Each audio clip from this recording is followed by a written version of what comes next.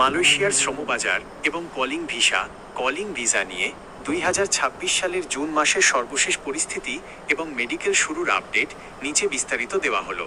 Malaysia calling visa ও medical update 2026।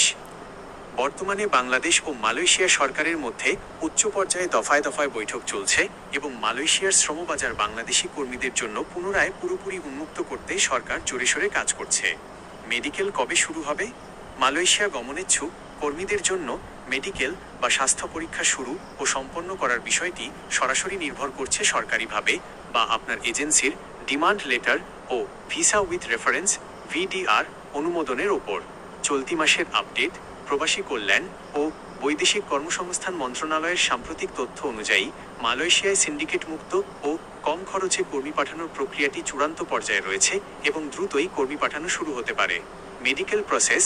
Malaysia সরকারের নতুন কোটা প্রক্রিয়ার অধীনে যাদের নাম ইমিগ্রেশন সিস্টেমে যেমন মাইগ্রামস FOMEMA অন্তর্ভুক্ত হচ্ছে বা যাদের ভিডিআর কলিং প্রসেস শুরু হয়েছে, তাদের নির্দিষ্ট অনুমোদিত মেডিকেল সেন্টারগুলোতে ধাপে ধাপে স্বাস্থ্য পরীক্ষা শুরু করার নির্দেশনা দেওয়া হচ্ছে। বুঝবে কান দেবেন না। বর্তমানে সোশ্যাল মিডিয়ায় মেডিকেল শুরু হওয়া নিয়ে অনেক বিভ্রান্তিকর তথ্য ছড়ানো হচ্ছে। মনে রাখবেন, আপনার এজেন্সি বা সরকারি মাধ্যম যেমন BOESL থেকে নির্দিষ্ট নির্দেশনা বা অফিসিয়াল কল না আসা পর্যন্ত কোথাও অগ্রিম টাকা দিয়ে মেডিকেল করতে যাবেন না।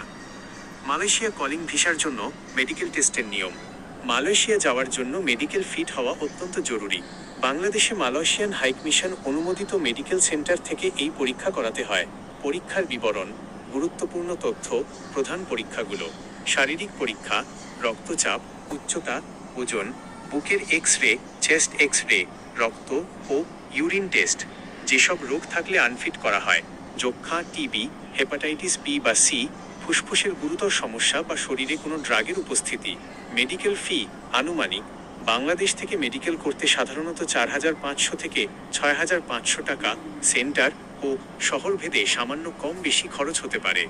রিপোর্টের মেয়াদ। সাধারণত এই মেডিকেল রিপোর্টের মেয়াদ 3 মাস থাকে। এর মধ্যে ভিসা ও ফ্লাইটের কাজ শেষ না হলে পুনরায় মেডিকেল করতে হতে পারে। জরুরি নোট: বাংলাদেশ থেকে মেডিকেল ফিট হয়ে মালয়েশিয়ায় পৌঁছানোর পর সেখানে আবার FOMEMA এর অধীনে চূড়ান্ত মেডিকেল পরীক্ষা দিতে হয়। সেখানে ফিট হলেই কেবল কাজের পারমিট বা আকামা পাওয়া যায়। দালালের খপ্পর থেকে সাবধান।